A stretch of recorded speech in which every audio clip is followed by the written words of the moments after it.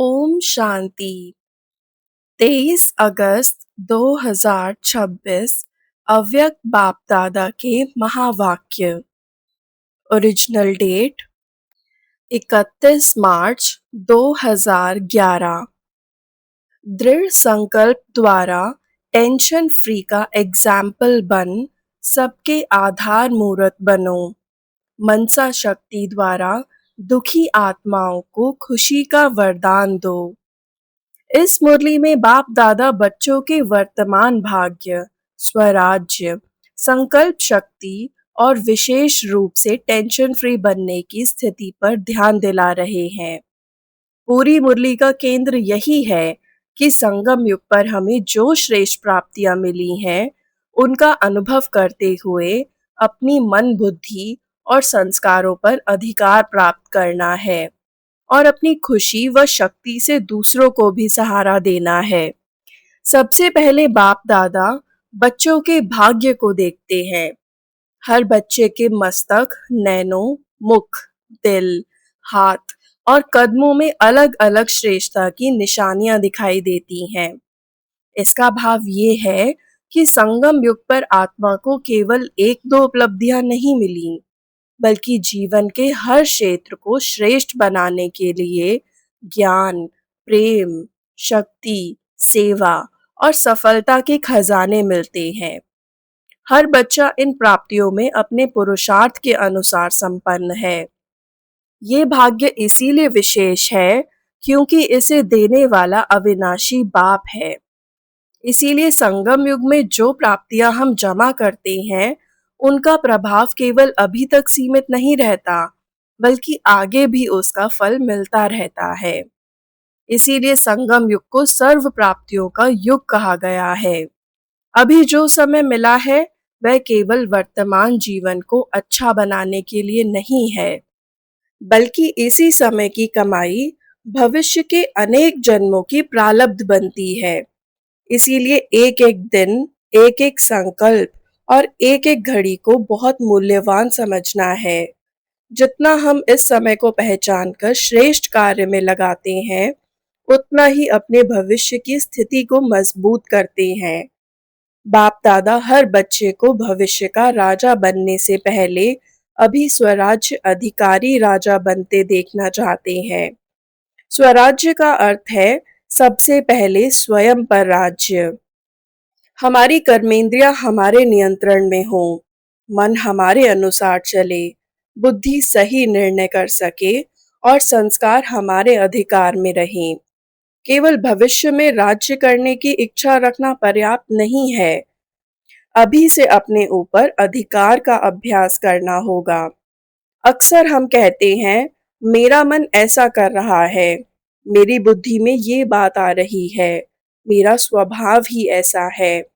लेकिन बाप दादा हमें उल्टा प्रश्न कराते हैं, मन तुम्हारा है या तुम मन के मालिक हो? यदि हम स्वराज्य अधिकारी हैं, तो मन और बुद्धि हमारे निर्देश के अनुसार चलने चाहिए। जब मन किसी परिस्थिति के कारण परेशान हो जाए और हम उसी परेशानी में बहने लगे, तो उस समय हमारा अधिकार कम हो गया। इसीलिए स्वराज्य का अभ्यास बाहर की परिस्थितियों से पहले भीतर की स्थिति पर करना है। ये शक्ति तब आती है जब हम बाप को अपने साथ रखते हैं। अकेले अपने बल पर सब कुछ संभालने की कोशिश करने से मन कमजोर पड़ सकता है। लेकिन जब आत्मा अनुभव करती है कि बाप मेरा साथी है, तब मन बुद्धि को नियंत्रण में रखने की शक्ति मिलती है। इसीलिए बच्चों को अपने वास्तविक स्वरूप की स्मृति दिलाई जाती है। हम शिव शक्ति हैं, अर्थात शक्ति अकेली नहीं है, शिव के साथ है। ये स्मृति आत्मा में सामर्थ्य भरती है। इसी से प्रकृति के संबंध में भी एक महत्वपूर्ण बात समझाई गई है। संसार में प्रकृति की हलचलें चलती रहती हैं और मनुष्य उन्हें देखकर डर सकता है कि आगे क्या होगा। लेकिन जो आत्मा अपनी स्थिति में स्थिर है, वह परिस्थितियों से भयभीत नहीं होती। उसे विश्वास रहता है कि परिवर्तन के बाद श्रेष्ठ समय आना है। इसीलिए वर्तमान परिस्थितियों को देखकर डरने के बजाय भविष्य के सुखमय संसार की खुशी में रहना है। बाप दादा कहते हैं कि जैसे अमृत वेला समाप्त होने के बाद सवेरा होता है, वैसे ही वर्तमान परिवर्तन के समय के बाद सुखमय संसार आने वाला है। वहां केवल मनुष्य ही सुखी नहीं होंगे, बल्कि प्रकृति भी सुख देने वाली होगी। इसीलिए भविष्य के राज्य की स्मृति हमें वर्तमान की परिस्थितियों में भी खुशी देती है। लेकिन ये खुशी केवल अपने तक रखने की चीज नहीं है। आज दुनिया में बहुत सी आत्माएं दुखी और अशांत हैं। इसीलिए बाप दादा पूछते हैं कि क्या हम अपनी खुशी की किरणें उन आत्माओं तक पहुंचाते हैं। हमें दूसरों के दुख को देखकर केवल सहानुभूति नहीं करनी, बल्कि अपनी मनसा शक्ति से उन्हें खुशी का अनुभव कराना है। इसके लिए दिनचर्या में मनसा सेवा का समय निश्चित करने की बात कही गई है। जैसे हम खाने, काम करने या अन्य कार्यों के लिए समय रखते हैं, वैसे ही कुछ समय ऐसा भी होना चाहिए जिसमें हम अपनी शांत, खुश और शक्तिशाली स्थिति में स्थित होकर दुखी आत्माओं के प्रति शुभ भावना रखें। इसका अर्थ किसी के बारे में केवल सोचना नहीं, बल्कि अपनी आंतरिक स्थिति इतनी शक्तिशाली बनाना है कि हमारी शुभ भावना और सकारात्मक संकल्प दूसरों के लिए सहारा बने। यहाँ बाप दादा दो विशेष खजानों की याद दिलाते हैं, संकल्प शक्ति और संगम युग का समय। ये दोनों ही अमूल्य हैं। एक जन्म में अनेक जन्मों की प्रारब्ध बनाने का अवसर इसी समय है। इसीलिए समय को व्यर्थ गंवाना और संकल्पों को व्यर्थ चलाना, दोनों ही अपनी कमाई को कम करना है। मुरली में ये भी स्पष्ट किया गया है कि अशुद्ध संकल्प पहले की तुलना में कम हो सकते हैं, लेकिन व्यर्थ संकल्प अभी भी आते जाते रहते हैं। इसीलिए अब केवल बड़े विकारों को समाप्त करने पर ही ध्यान नहीं देना है। छोटी छोटी व्यर्थ सोच भी समय और शक्ति को खा जाती है। किसी बात को बार बार सोचना, अनावश्यक कल्पनाएं करना, परिस्थिति को मन में दोहराते रहना, ये सब संकल्प शक्ति को कमजोर करते हैं। इसीलिए संकल्पों को सफल बनाना है। जिस तरह हम अपने धन का सदुपयोग करते हैं, क्योंकि जानते हैं कि वह भविष्य में काम आएगा, उसी तरह अपने विचारों का भी उपयोग करना है। हर संकल्प से हम स्वयं से पूछ सकते हैं, क्या इससे मेरी शक्ति बढ़ रही है? क्या इससे किसी का कल्याण होगा? यदि नहीं, तो उस संकल्प को वहीं समाप्त करना सीखना है। अब मुरली में सबसे विशेष विषय आता है, टेंशन फ्री बनना। बाप दादा बच्चों को जैसे एक वरदान दे रहे हैं कि आज से दृढ़ संकल्प करो, अटेंशन, नो टेंशन। इसका अर्थ ये नहीं है कि जीवन में परिस्थितियां कभी नहीं आएंगी। परिस्थितियां तो अपना काम करेंगी, लेकिन हमें परिस्थिति के कारण अपने मन की शांति खोने की आवश्यकता नहीं है। टेंशन मन में पैदा होती है। इसीलिए यदि मन हमारे अधिकार में है, तो परिस्थिति के आने पर भी हम निर्णय कर सकते हैं कि मुझे तनाव में नहीं जाना है। स्वराज्य अधिकारी आत्मा परिस्थिति को देखती है, समझती है और समाधान की ओर जाती है। वह परिस्थिति को अपने मन का मालिक नहीं बनने देती। बाप दादा बच्चों का चेहरा भी टेंशन फ्री देखना चाहते हैं। चेहरा हमारी आंतरिक स्थिति का संकेत देता है। यदि भीतर बहुत उलझन है, तो उसका प्रभाव चेहरे और चलन में दिखाई देता है। इसके विपरीत जो आत्मा भीतर से हल्की और खुश है, उसके चेहरे पर सहजता दिखाई देती है। इसीलिए टेंशन फ्री बनने का अर्थ केवल मैं परेशान नहीं हूं कहना नहीं है, बल्कि ऐसी आंतरिक स्थिति बनाना है जो चेहरे और व्यवहार से भी दिखाई दे। इसके लिए दृढ़ संकल्प जरूरी है। साधारण संकल्प और दृढ़ संकल्प में बहुत अंतर है।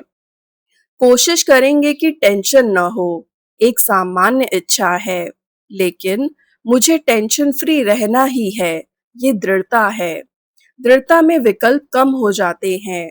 वहाँ परिस्थिति चाहे जैसी भी हो, आत्मा अपने निर्णय से पीछे नहीं हटती। इसीलिए बाप दादा कहते हैं, करेंगे नहीं, करना ही है। ये वाक्य केवल उत्साह के लिए नहीं है, बल्कि संकल्प को शक्ति देने के लिए है।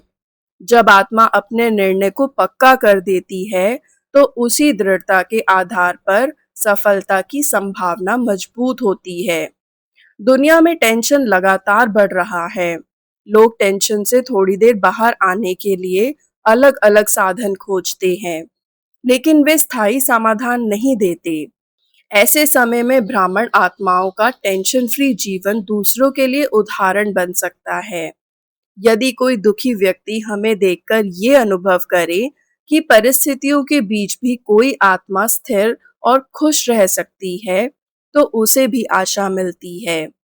इसीलिए केवल दूसरों को समझाना ही सेवा नहीं है, हमारी अपनी स्थिति भी सेवा है। हमारा चेहरा, हमारा व्यवहार और हमारी स्थिरता किसी परेशान आत्मा के लिए आधार बन सकती है। यही कारण है कि इस मुरली का शीर्षक भी दृढ़ संकल्प से टेंशन फ्री बनने और सबके आधार मूरत बनने पर है। इसके बाद बाप दादा बच्चों को अपने पिछले अभ्यास का परिणाम देखने की ओर ले जाते हैं। पहले जो प्रतिशत लिखने का अभ्यास दिया गया था, उसकी रिपोर्ट आई है। इसका भाव ये है कि केवल सुनना पर्याप्त नहीं है। जो बात सुनी है, उसका अपने जीवन में कितना परिणाम आया, ये देखना ज़रूरी है। अब आगे समय ऐसा आएगा, जब केवल वाणी से सेवा करने का अवसर कम हो सकता है। इसीलिए अभी से मनसा, चेहरे और चलन द्वारा सेवा का अभ्यास करना है।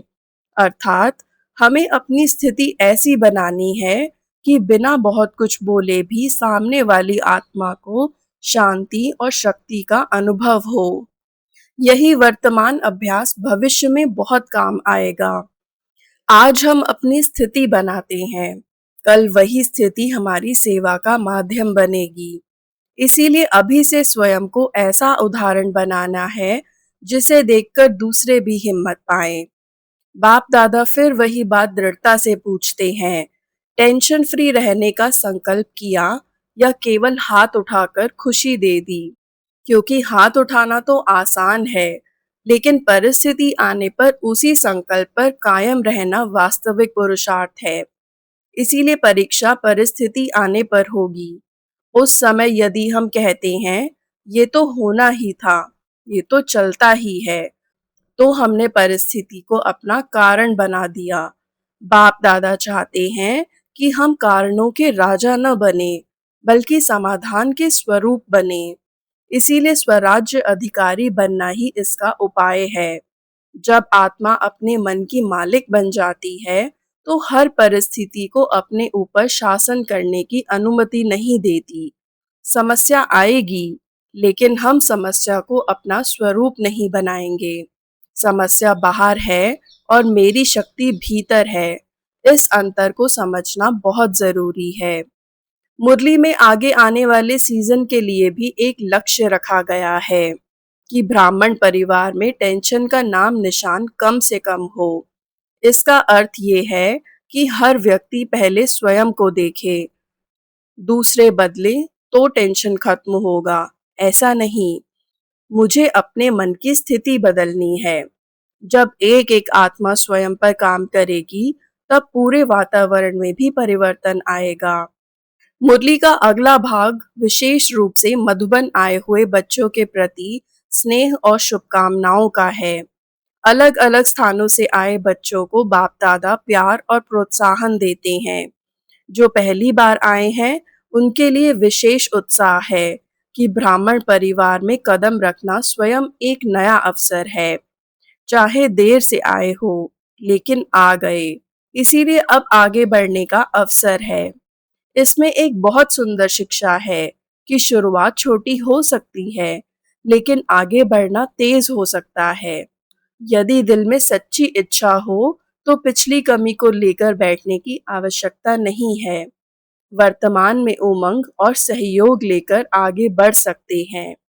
इसीलिए अपने अतीत को बाधा बनाने के बजाय वर्तमान अवसर का उपयोग करना है।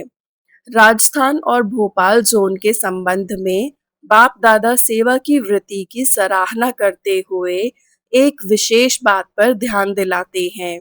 स्व और सेवा का बैलेंस। केवल सेवा बढ़ना पर्याप्त नहीं है। यदि बाहर सेवा बहुत हो लेकिन स्वयं का परिवर्तन पीछे रह जाए तो लक्ष्य पूरा नहीं होता। पहले स्वयं को मजबूत करना और साथ साथ सेवा को आगे बढ़ाना है। हर सेवा केंद्र में केवल टीचर ही निर्विघ्न न हो, बल्कि पूरा परिवार निर्विघ्न बने। अर्थात सेवा करने वाले कुछ लोग आगे हों और बाकी केवल देखने वाले न रहे। सभी अपने स्व परिवर्तन पर ध्यान दें और साथ साथ सेवा में सहयोग भी दें। यही सामूहिक प्रगति है। इसी तरह बाप दादा चाहते हैं कि जो साथी सेवा में जुड़े हैं वे केवल कार्यक्रम करने तक सीमित न रहें, बल्कि नए लोगों को भी आगे बढ़ाएं, स्वयं आगे बढ़ें और दूसरों को भी उमंग दें। सेवा का वास्तविक परिणाम तभी है जब उससे आत्माओं में परिवर्तन और सहयोग की भावना पैदा हो। डबल विदेशी बच्चों के बारे में भी मुरली में उनकी एक विशेषता बताई गई है। वे अपने मन की बात खुलकर रखते हैं और समाधान की दिशा में भी सच्चाई से आगे बढ़ते हैं। इससे ये शिक्षा मिलती है कि समस्या को भीतर दबाकर रखने के बजाय साफ दिल से उसे पहचानना और समाधान की ओर जाना बेहतर है। साफ दिल आत्मा को हल्का रखता है। मुरली के अंत में आने वाले समय के लिए एक महत्वपूर्ण अभ्यास बताया गया है। सेकंड में बिंदु और फुल स्टॉप लगाने का अभ्यास। अर्थात हर बात को खींचते नहीं रहना है। जहां बात समाप्त करनी है वहां मन भी समाप्त करे। परिस्थिति समाप्त हो गई लेकिन मन उसे कई घंटों तक चलाता रहे, ये व्यर्थ है। इसीलिए संकल्पों को रोकने और आवश्यक बात पर फुल स्टॉप लगाने की शक्ति बढ़ानी है। ये अभ्यास टेंशन फ्री बनने से सीधा सीधा जुड़ा है। बहुत बार टेंशन परिस्थिति से कम और उसके बारे में लगातार चलते विचारों से अधिक बढ़ती है। यदि आत्मा सही समय पर फुल स्टॉप लगाना सीख जाए तो मन आवश्यक भार से बच जाता है। इस पूरी मुरली में इसीलिए बार बार एक ही दिशा मिलती है। अपनी आंतरिक शक्ति को पहचानो और उसका उपयोग करो। बाप ने शक्ति दी है, समय दिया है, श्रेष्ठ भाग्य दिया है और स्वराज्य का अधिकार भी दिया है। अब इन प्राप्तियों को केवल जानना नहीं, बल्कि जीवन में लाना है। संगम युग में हमें श्रेष्ठ भाग्य और अनेक प्राप्तियां मिली हैं। इन प्राप्तियों का सही लाभ तभी है जब हम अपने मन, बुद्धि, संस्कार और कर्मेंद्रियों के स्वराज्य अधिकारी बने। बाप को साथी बनाकर दृढ़ संकल्प करें कि अटेंशन, नो टेंशन। अपने संकल्पों को व्यर्थ जाने से रोकें। समय और संकल्प दोनों का मूल्य समझें और मनसा शक्ति द्वारा दुखी आत्माओं को खुशी दें। हमारी अपनी टेंशन फ्री स्थिति ही दूसरों के लिए आधार और उदाहरण बने। साथ साथ स्व परिवर्तन और सेवा का संतुलन रखते हुए आगे बढ़ना है और आने वाले समय के लिए सेकंड में बिंदु तथा फुल स्टॉप लगाने का अभ्यास करना है। धारणा के लिए मुख्य सार। पहला, दृढ़ संकल्प द्वारा स्वयं को टेंशन फ्री बनाना है। मन को अपना मालिक नहीं बनने देना, बल्कि स्वराज्य अधिकारी बन मन, बुद्धि, संस्कारों पर अधिकार रखना है। दूसरा, समय और संकल्प दोनों का मूल्य समझकर उन्हें व्यर्थ नहीं गंवाना है। अपनी खुशी, शांति और मनसा शक्ति द्वारा दुखी आत्माओं को सहारा देना है। वरदान, मनन शक्ति द्वारा शक्तिशाली बन विघ्नों के फोर्स को समाप्त करने वाले सर्व आकर्षण मूर्त भव। इस वरदान का भाव ये है कि केवल ज्ञान सुनना पर्याप्त नहीं है। सुनी हुई बात को भीतर लेकर उस पर मनन करने से उसकी वास्तविक शक्ति आत्मा में आती है। जब हम किसी ज्ञान बिंदु पर शांत होकर सोचते हैं, उसके अर्थ को समझते हैं और उसे अपनी स्थिति से जोड़ते हैं, तब वही ज्ञान अनुभव में बदलने लगता है। इस तरह आत्मा के अंदर शक्ति जमा हो जाती है। जब भीतर की शक्ति बढ़ती है, तो बाहर की छोटी-छोटी चीजें हमें अपनी ओर खींच नहीं पाती। थोड़े समय का सुख देने वाली वस्तु, परिस्थिति या आकर्षण हमारी स्थिति को हिला नहीं पाती। आत्मा अपने श्रेष्ठ अनुभव में इतनी मग्न रहती है कि उसे बाहरी सहारे की आवश्यकता कम होती जाती है। स्लोगन: ब्राह्मण संसार में सर्व का सम्मान प्राप्त करने वाले ही तख्तनशीन बनते हैं। इसका भाव ये है कि सच्ची ऊंचाई केवल पद या अधिकार से नहीं आती। जो आत्मा अपने गुणों, व्यवहार और संबंधों से दूसरों के दिल में सम्मान पैदा करती है, वही वास्तव में ऊंची स्थिति की अधिकारी बनती है। इसीलिए सम्मान पाने की इच्छा रखने से पहले अपने आचरण को ऐसा बनाना है कि दूसरों को हमारे प्रति स्वाभाविक सम्मान और विश्वास महसूस हो। ये अव्यक्त इशारे अपवित्रता के बीज को भी समाप्त कर संपूर्ण स्वच्छ यानी पवित्र बनो। इन इशारों में पवित्रता को केवल एक नियम या बाहरी आचरण के रूप में नहीं, बल्कि ब्राह्मण जीवन की मूल गुणवत्ता के रूप में समझाया गया है। पवित्रता होने पर आत्मा के अंदर निश्चय और सच्चाई अपने आप मजबूत होते हैं। फिर अपनी बात छिपाने या मन में कुछ और रखने की आवश्यकता नहीं रहती। इसका अर्थ है कि हमारी सोच, भावना और व्यवहार में मिलावट न हो। किसी की सेवा करते समय भी उसमें स्वार्थ न जुड़ा हो। किसी के लिए अच्छा सोचते समय भी कोई छिपी अपेक्षा न हो और अपने संबंधों में भी मन साफ रहे। जब अंदर की भावना साफ होती है, तो आत्मा हल्की रहती है और परमात्मा के प्रति उसका संबंध भी सहज अनुभव होता है। ओम शांति।